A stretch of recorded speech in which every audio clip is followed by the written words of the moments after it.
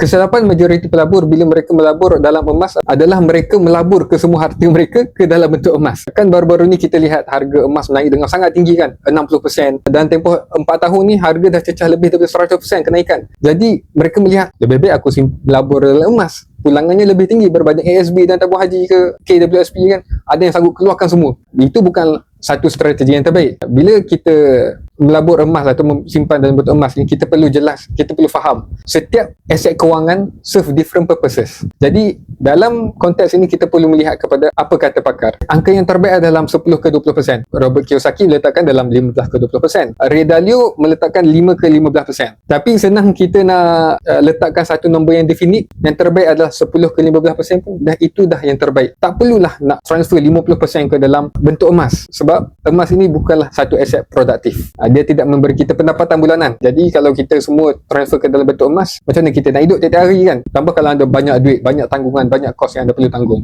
Jadi the keyword is diversification. Pelbagaikan aset pelaburan anda. Ada letak emas, hartanah, saham, cryptocurrency ke, itu adalah yang terbaik.